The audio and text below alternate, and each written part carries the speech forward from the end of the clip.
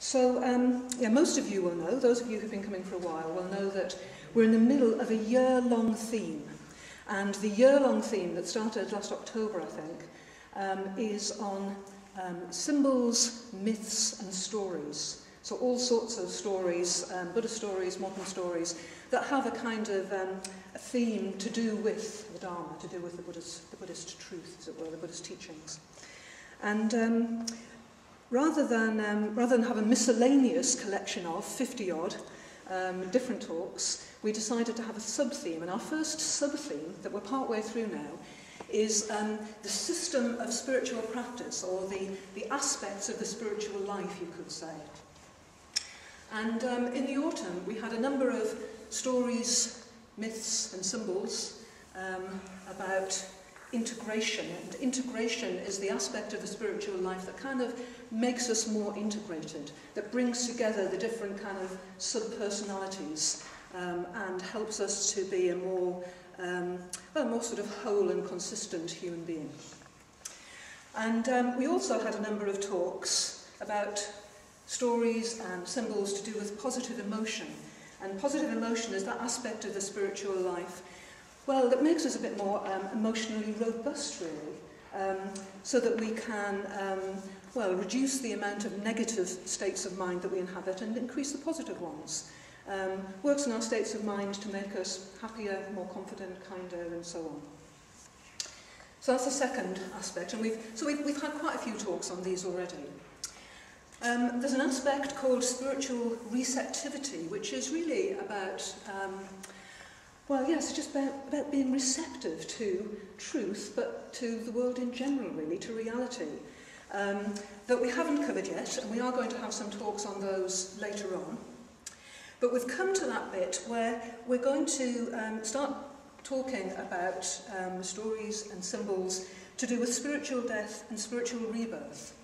And actually, mostly, we're going to bracket them together, because mostly you don't get spiritual death without spiritual rebirth. In fact, I don't think you ever do. There's a sense in which if something dies, something else comes into being. So we're going to be bracketing these together, and we're just heading into a series of talks about those. So, what's spiritual death and rebirth? So, in the official sense, spiritual death is seeing through the illusory, separate self that we've constructed for ourselves. So, that sense of there's a me in here that I've got to look after, and there's the world out there that can be quite threatening, or, well, whatever we think it is it's an illusion. It's an illusion. And once we've seen through it, then there's really no going back. Once we've seen through it, then the separate self has been clearly seen, and reality has been seen as it is. The reality of things becomes obvious at that point. So the seeing the separate self is spiritual death, but what is reborn is, well, it's a sense of the way things really are. It's a sense of the wholeness of reality, the interconnectedness of reality. And what we're told is that when the self dies, in its place is born, a new way of seeing and experiencing reality, which is so radically different that, spiritually speaking, the people that it happens to are another sort of being. And usually they're reborn as Buddhas. You've heard of the Buddha, or the Buddhas. Or bodhisattvas, or arahants, and you might have heard all of those terms. Enlightened beings. So the big one is, if you die to the self, then you are reborn as an enlightened being. Okay? And that's the big meaning of spiritual death and rebirth. But as you'll see from this talk, there are slightly lesser meanings. So despite the dark terminology of death, these two stages of the spiritual path are actually good news. Okay? And in this talk, I'm going to talk about what spiritual death and rebirth are. I'm going to talk about what dies. And I'm going to tell you a story, because this is a year of stories. And the story that I'm going to tell you is the story of Kisagotami. And then I'm going to talk about possible paths to spiritual death and rebirth. first of all about spiritual death. So, spiritual death and rebirth, if you put them with capital letters, equals enlightenment. And that sounds great, but actually it sounds like an advanced practice, really, doesn't it?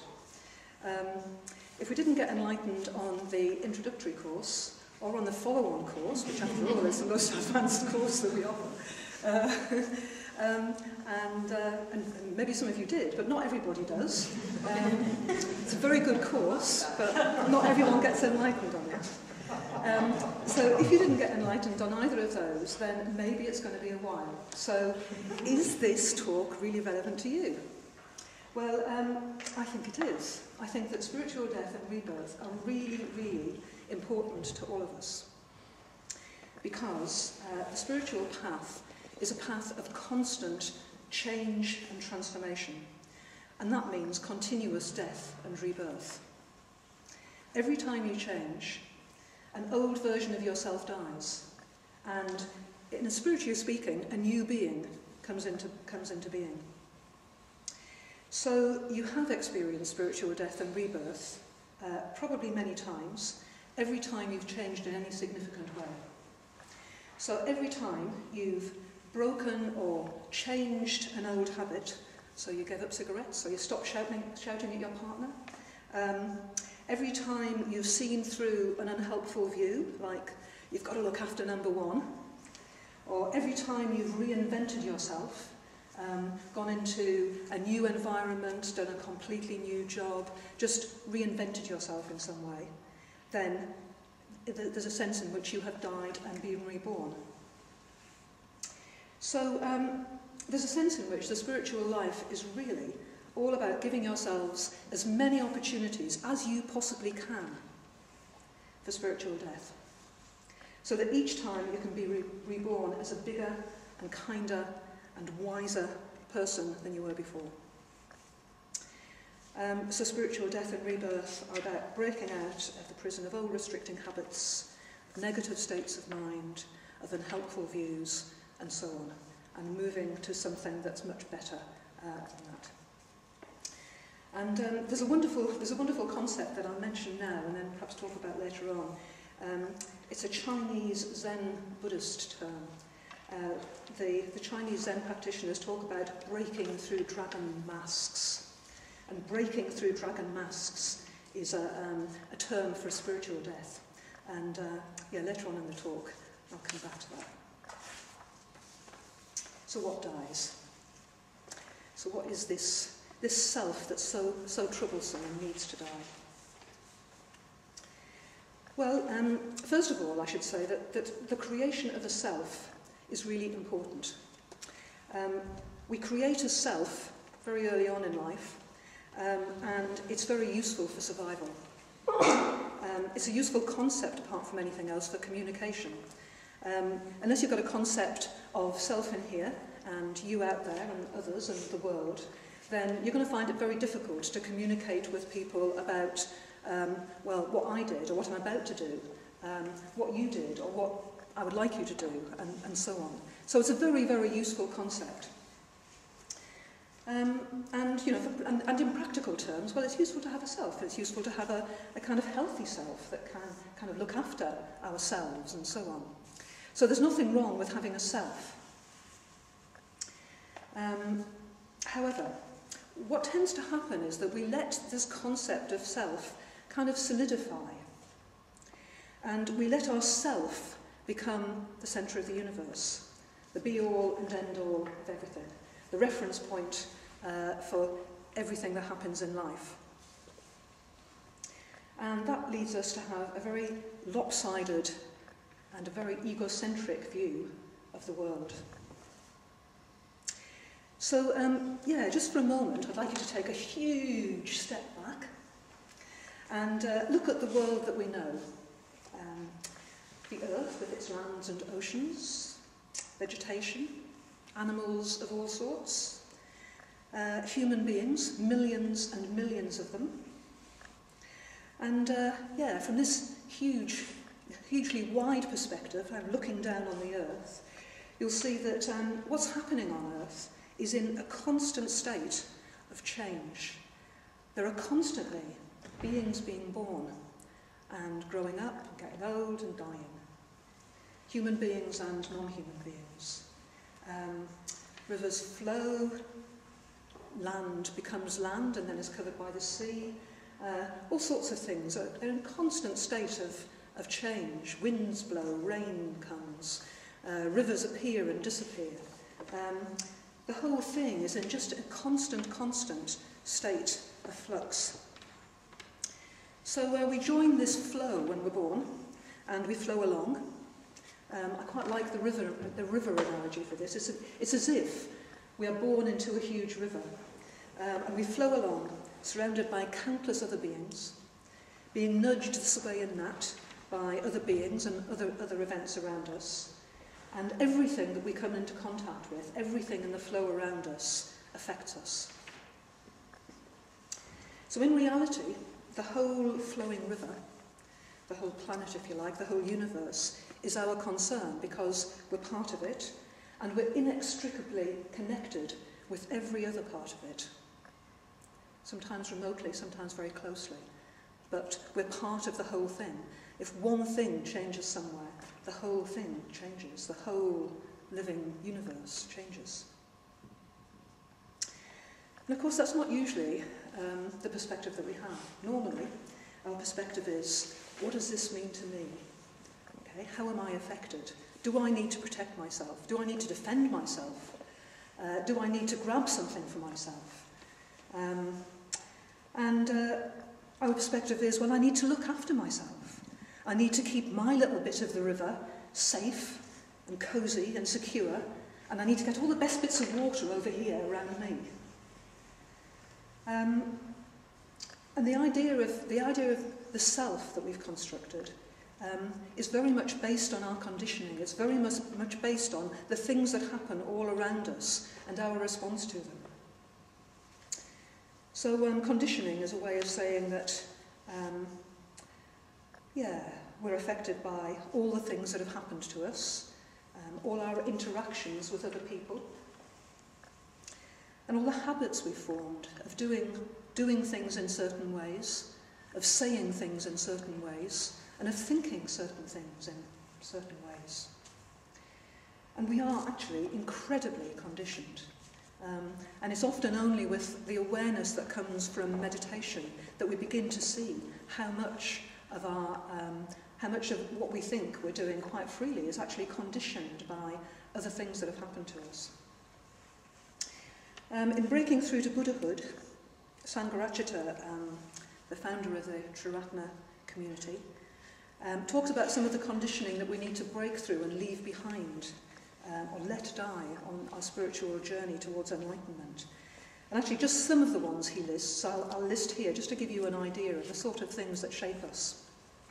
So there's our family conditioning. There's our psychological conditioning. The sort of tendencies, the habits that we create from the things that happen to us. Our class conditioning. And you might think that we live in a classless society, but, I listed the sorts of classes that people who come to this Buddhist Centre might have come from. Underclass, working class, white collar, professional, educated middle class, alternative counterculture, conventional, respectable, moneyed. I mean, you could be any of those or a combination of them. And actually, whatever the background that you come from, or whatever sort of group of people you identify with, that's going to have an effect. It's going to have an effect on yourself and your self-view. Gender conditioning. Professional conditioning, the effects of the job that you do. Role conditioning, the effects of being perhaps a daughter, an elder sister, as I was, had a huge effect on my conditioning. A bit of being a mother or a father, grandmother, and so on, all the sorts of roles that people play, being a carer. And then there's national and linguistic conditioning, which you probably don't notice until you go abroad and get worried about the Italians that are doing this and shouting at each other in a cafe, and you think, oh no, there's going to be a fight. And then they hug each other and leave. Okay. And then you think, English don't behave like that, really. Yeah, an awful lot of conditioning that kind of form the person that we are, the habits that we have, the way that we view the world, the way that we view ourselves. And based on all of this, and lots more, we build an idea of ourselves about being this sort of person or that sort of person, who can do this, can't do that, who likes this but doesn't like that, who's afraid of dogs maybe but likes horses, who's clever or shy or extrovert or helpful or useful, or all the various things that we think about ourselves. They're all kind of views about ourselves, and they all shore up a kind of central sense of being separate from the rest of the world. So the self that we've built up based on all of these views might be quite restricting and cramped, with lots of fears and no-go areas, things that we're afraid of, places that we're not going to go. Or it might actually be quite healthy and confident. But whatever kind of self you have constructed for yourself, then it certainly doesn't reflect your real potential, because your real potential is enlightenment. And so whatever kind of self you've constructed for yourself, well, some of those views are going to have to die before you become enlightened. Or, if I frame it more positively, you're going to have to transform some of those views before you become enlightened. So, for most of us, the spiritual life is going to be a succession of spiritual deaths and rebirths, both large and small, stretching all the way to the big one, enlightenment. And quite a lot of those deaths and rebirths are going to be undramatic, perhaps only noticed in retrospect. You might look back on yourself and think, I think on balance, I'm a bit kinder than I used to be. I used to shout a lot at people, and now I don't. So some of them will be, they'll be quite undramatic. You won't notice them all at once. But some of them will be breakthroughs that are really hard won, that you've got to keep on at, that you really are conscious of, things about yourself that you're really trying to change for a long time before you make it. So I'm going to tell you one story of spiritual death and rebirth, and it's the story of Kisagotami.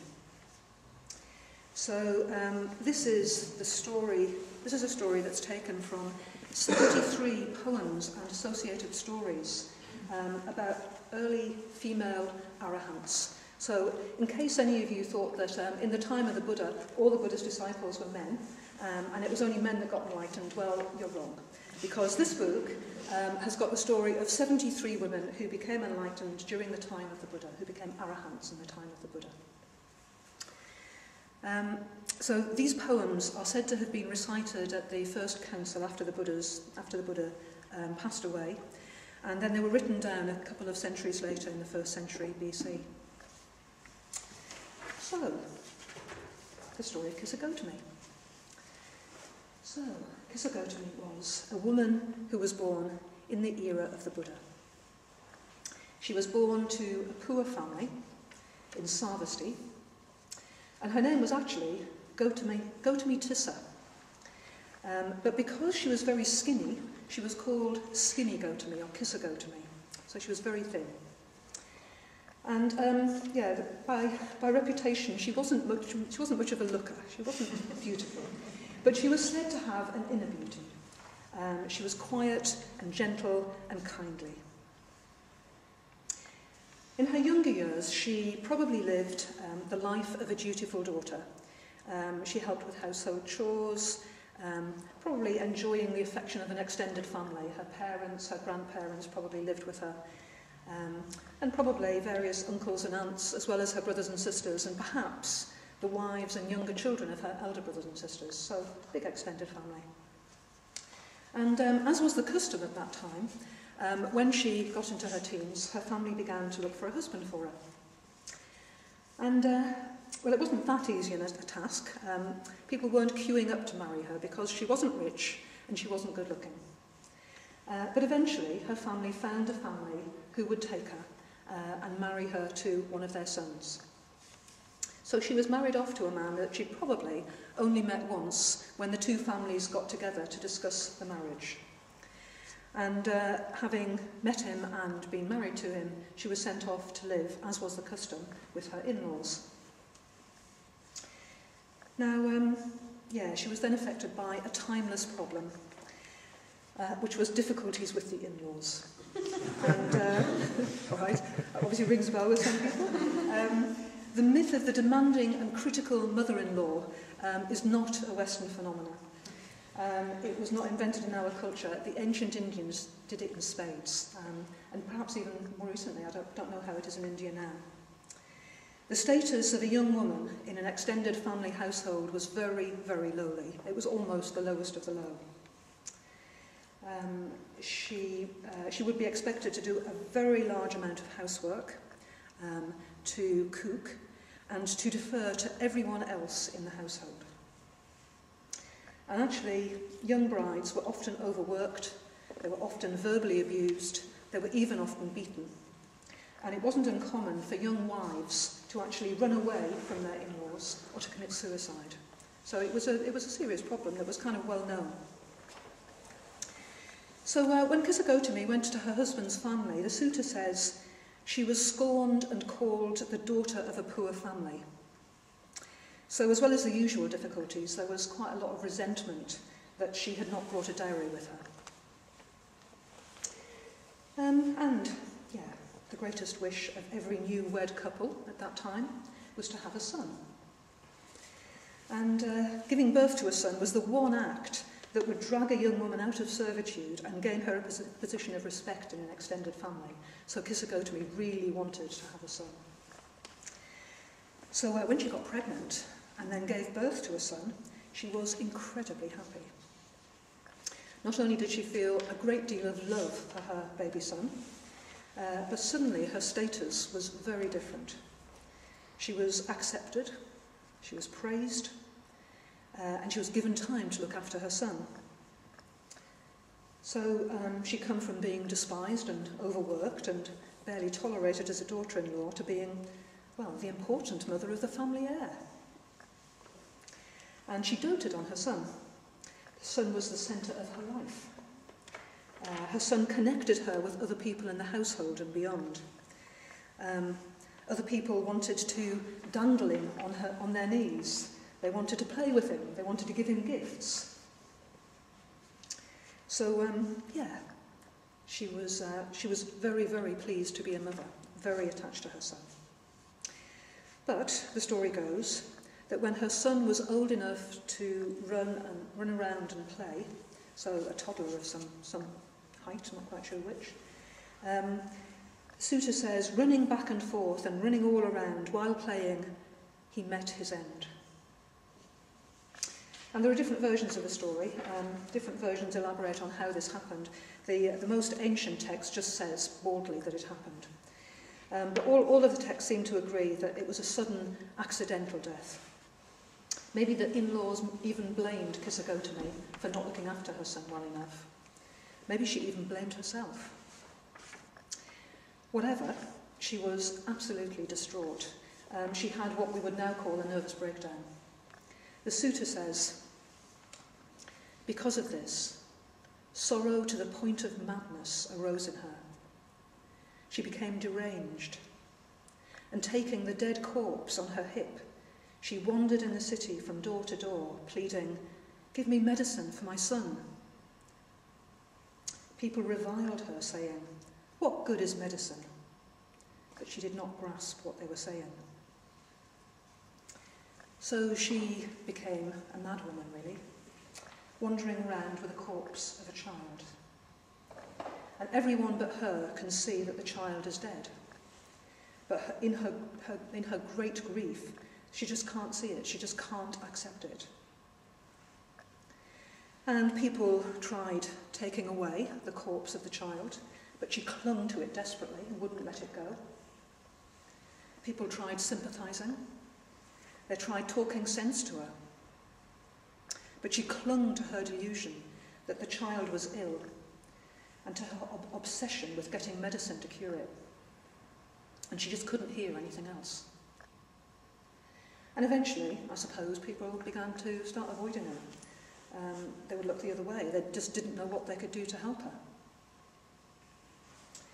Until eventually a kindly man thought, well, maybe the Buddha would be able to help.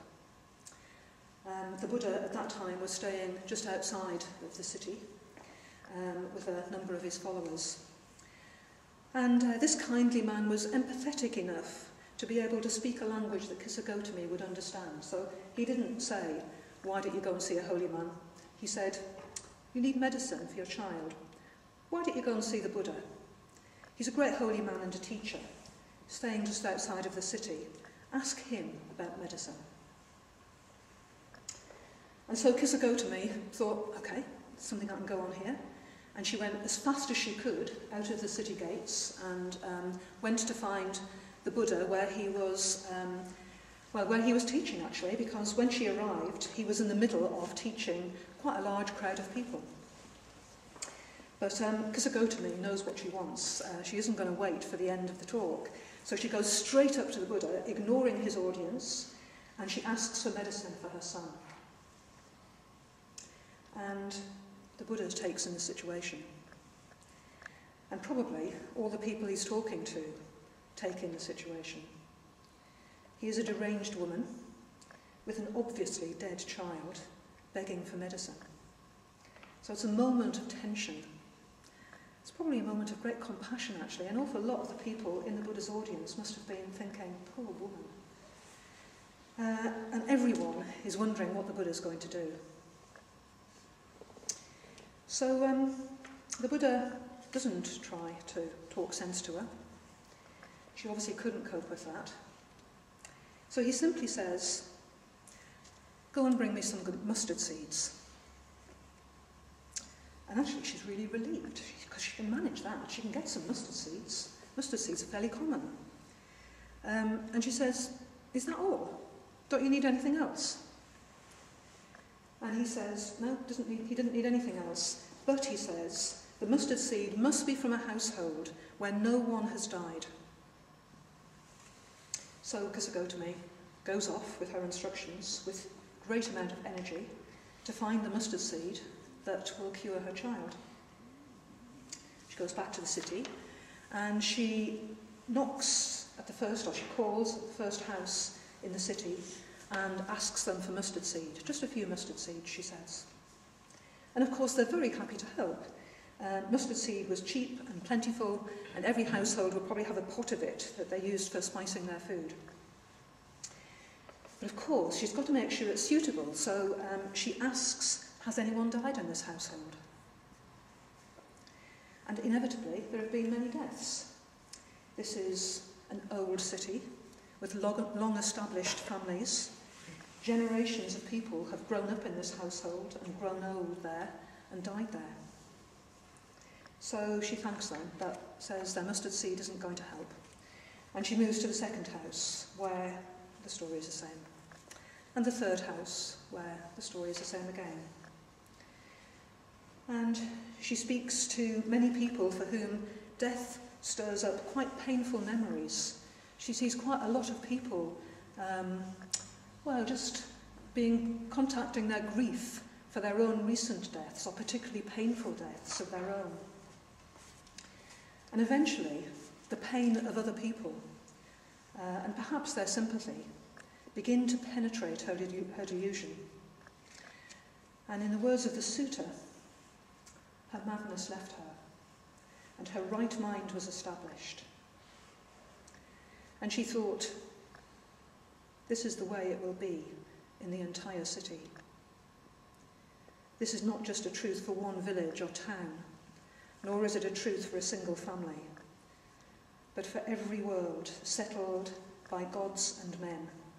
This indeed is what is true, impermanence. So at last, Kisagotami is ready to see that impermanence and death are true for her as well. And accepting at last that her son is dead, she takes him to the charnel ground and disposes of his body. And I like to think that at this point she took a bit of time just to grieve for her son and to reflect on the insight that she'd had, really, about impermanence and the universality of death. But the suta's silent about that.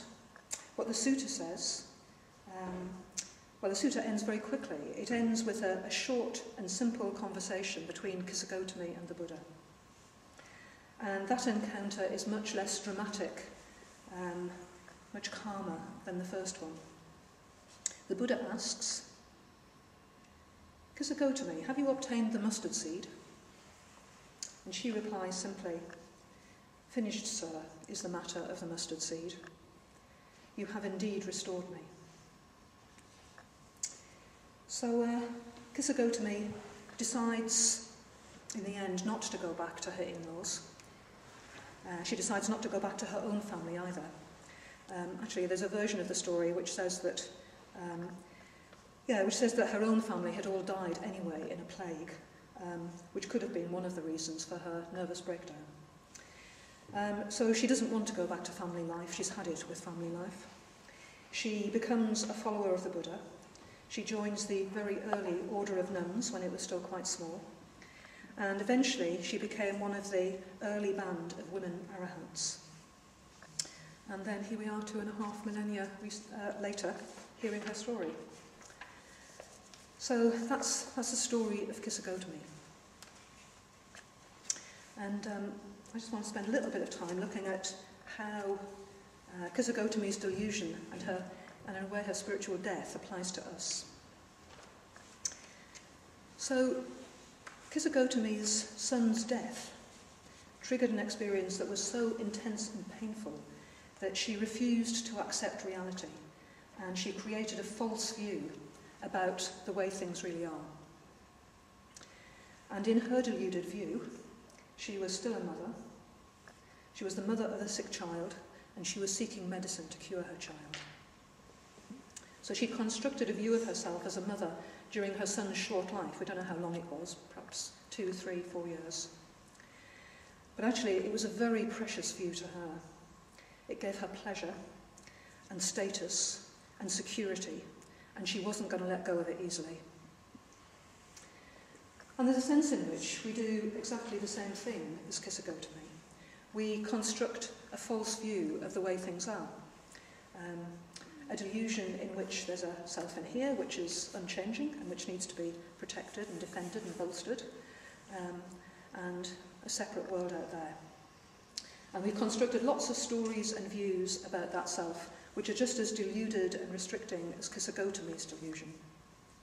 So Kisagotami's deluded self-view was, I'm a mother needing medicine for my child. But we could probably all come up with examples of our own deluded views. I'll give you some of mine just as examples. So one from my early career at a convent grammar school. I'm a working class girl, and I'm going to need to work really hard to keep up with these clever middle class kids. And that was a very useful view to start with, but it became a habit of unnecessary overworking that's probably stayed with me most of my life. Okay? So just a small example of a view. A view formed at my first newcomers course. These people are all blissed out in meditation, but my mind's so rubbish I'm the only one who can't do it. Okay. There might be one or two other people who thought that. It's a false view. And a few others that I work with more regularly. I need to look blameless so that people will love and respect me. I can't give any money or any time because I might need it all myself. I need to be right, otherwise everyone will think I'm a fool. Okay, just examples of views that I kind of have about myself that are probably not right. So in the story of Kisagotami, the Buddha gently and compassionately helps her to see through her delusion. He didn't talk to her about reality. He nudged her towards a situation in which eventually her perspective widened and she saw the way things are for everyone, for the whole of existence. She saw that impermanence and death are just part of life. And that realisation, that breakthrough, didn't come as a result of listening to a lecture, or even a very good Dharma talk on a Tuesday night. And it didn't come as a result of meditating. It came through empathy.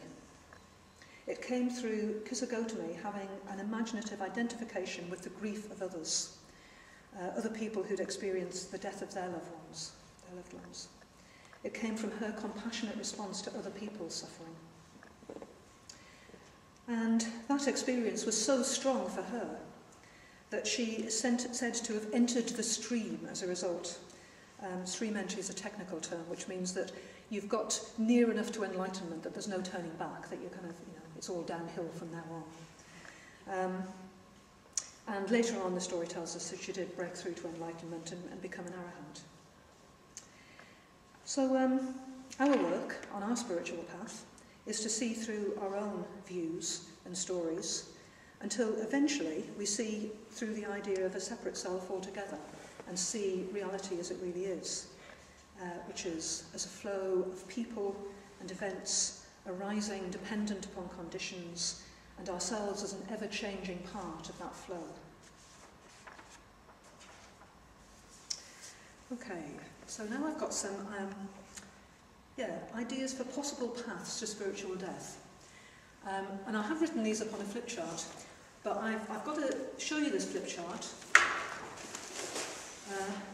Oh yes, I've got this one. Kisagotami and Torigata, which I realise is spelled wrong because there's an H in there. That's the name of the stories about the early Buddhist nuns. Okay, so I've written up some possible paths to spiritual death, and I'm going to talk about them. But I need to warn you about this list. This is not an official Buddhist list. This is the list that Suryamati came up with. And she was thinking this today about, well, what can we do that will help us to move towards those small transformations, those small spiritual deaths and rebirths? And the first one is dead straightforward. It's what you do when you come here and when you meditate at home. And when you just engage in your Buddhist practice. So regular spiritual practice will help you to move towards spiritual death and rebirth. Because that's what ethics and meditation and wisdom are designed to do. So you'll have all have heard of the threefold path, ethics, meditation and wisdom. They're designed to make you more aware, more integrated. They're designed to make you make your emotions a bit more positive, to make you a bit more emotionally robust and strong and confident, so that you will be ready when the time comes to be able to change. And there is an argument that this is all you need to do. You just need to get on with your practice and not worry too much about spiritual death and rebirth. Certainly not worry too much about the big one. There's a great Buddhist parable about the 20th blow. The 20th blow obviously comes from a time when people used to, don't know why, hammer stones. Okay, you're splitting stones, you've got a mallet, and you need to split some stones. So you've got a stone there, you hit it, nothing happens, you hit it again. And you hit it 19 times and nothing happens, the stone looks exactly the same. And you hit it the 20th time, no harder than any of the other times, and the stone splits. Okay? So the parable of the 20th blow is about, well, you just keep doing it. You just keep meditating, you keep practicing ethically, you keep coming to Dharma talks, reading Dharma books, and eventually, well, it just happens. Enlightenment just happens, or spiritual death and rebirth just happen.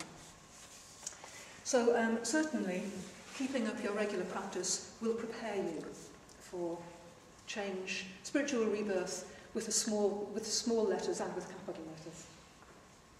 Second thing you can do, is to reflect on impermanence and on interconnectedness. And this doesn't have to be anything huge, but perhaps when you've meditated and your mind is fairly calm and concentrated, you might just take a few minutes at the end of your meditation to just mull over impermanence, the flow of life. You might take a phrase like, everything's constantly changing. Just mull it over. What does that mean? what does impermanence really mean? What does it mean to me? What's my experience of impermanence? When does impermanence happen in my life? When do I see it? You might reflect on the changing seasons, for example. A fantastic example of impermanence. And while I was saying that, I was thinking you might reflect on snow. Beautiful when you wake up in the morning and it's deep and white, and then it gets all sort of muddy and slushy, and eventually it all melts and dies. Great example of impermanence. And you might also reflect on interconnectedness. The fact that, well, yeah, I think it's difficult to reflect on me having a separate self in here, and that being wrong. I find it much easier to reflect on the fact that actually I'm interconnected in all sorts of ways, at all sorts of levels, to everything and everyone around me. And so quite a fruitful topic for reflection would be just looking at my connections with other people, perhaps within the Sangha, within my family, looking at my interconnectedness, looking at the interconnectedness of my life and how I depend upon other people for almost everything that I do, for what I eat, for what I'm dressed in, for heating my clothes, for my house, for my transport, and so on and so on. So you can reflect on impermanence and interconnectedness. Another thing you can do is you can be less selfish, okay? You want to erode yourself, be less selfish. You can make a practice of seeing things from other people's perspective. You might try putting yourself in the shoes, especially of people that you disapprove of a bit, people that you don't get on with terribly well, people you look down on a bit, or that you're afraid of. How do things look from their point of view? You might even engage in quite an advanced practice, which is giving the person you're arguing with the victory. Just letting them have the last say.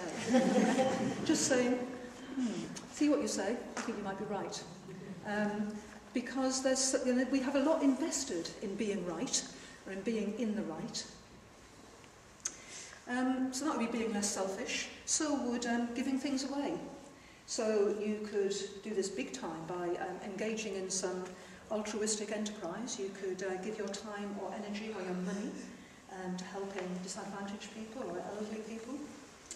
Or you could give the gift of the Dharma by helping to run the centre, by coming and helping on the next newcomers course.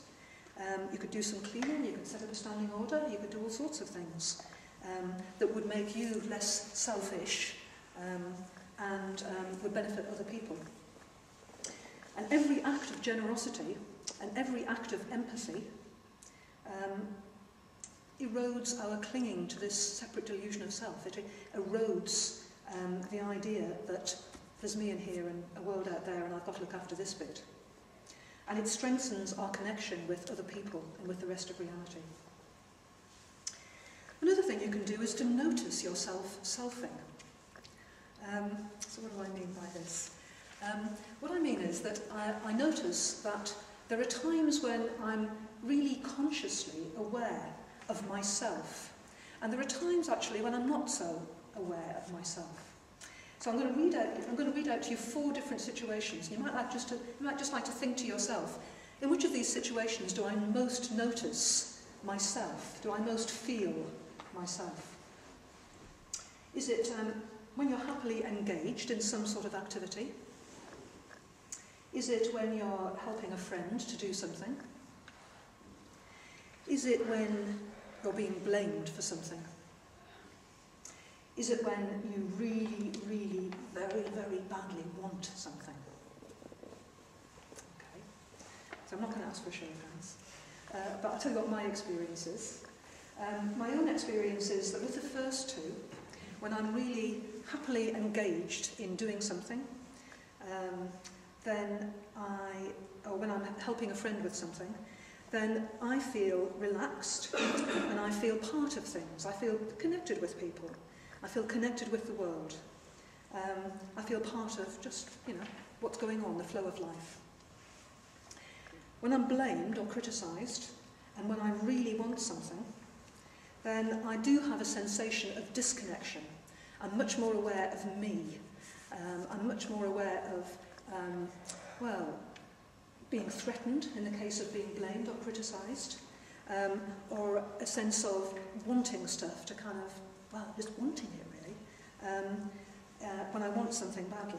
And there's a kind of tightness and a kind of clenching that goes with that, that for me makes me much more aware of myself, selfing. So that's what I mean by, notice yourself, selfing. Notice when you're aware of your separate self.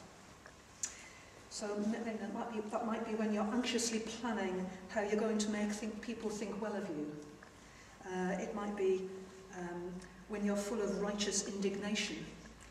And in those sorts of situations, you might try just zooming from that very clenched around yourself perspective, just zooming right back and trying to see things from a different perspective. Trying to see things from the perspective of other people around you, even the people that you're in conflict with. And finally, you can do something different. The different to the better, really. You could go and live in a foreign country, for example. You could do a different job. You could put yourself in very different conditions from the ones you're used to. And then just notice the things that you think are weird or frightening, the things that you really miss, the things that you really long for. And, I suppose that because we're so conditioned by our surroundings, probably the quickest way to change is to change our surroundings. It's a little bit as if we're a piece of a jigsaw, and we're locked into this jigsaw puzzle. And we're only going to be able to change if the bits around us want to change shape as well. And if they don't want to change, then they're going to conspire to keep us exactly the same shape as we've always been. So, if you take yourself out of the jigsaw and you put yourself somewhere different, you've got the opportunity to reinvent yourself in a different shape. And, if you're really up for spiritual death, you could go and live in a community with other Buddhists. And you could take part in a project of mutual support and mutual challenge, so that friends reflect back to you your likes and dislikes and your assumptions about yourself, because that's definitely part of what our community members are up for. And actually, if you are interested in community living, by the by, we're planning an event, probably in March or April, to discuss ways in which we could create situations for Buddhists to live together. Okay, not necessarily to live in a community, but to live with other Buddhists. So watch out for that if you're interested in living with other Buddhists. So you could work with other Buddhists in the evolution shop or at the centre, which will be both altruistic and challenging. And if your life won't allow for either of those, or you're not up for that degree of challenge, then you could put yourself in very different and very positive conditions just for a shorter amount of time by going on a retreat. And as it happens, we've just begun to take bookings for our Spring Sangha retreat, which is going to happen in March, towards the end of March. That retreat will be just a weekend, but it'll be very different from the way you normally spend your weekends. And it could transform your life. Okay, so finally, I just want to come back to dragon masks, because I think it's such a colourful and attractive analogy for spiritual death. So I suggest that you imagine your views about yourself as being a series of dragons. And at the front, with this great long line of dragons, there's a very gentle-looking dragon. Maybe it's more like a worm. He's the first and the least fierce of the dragons. He's the one that guards the idea that you can change at all. So you've probably dealt with him already.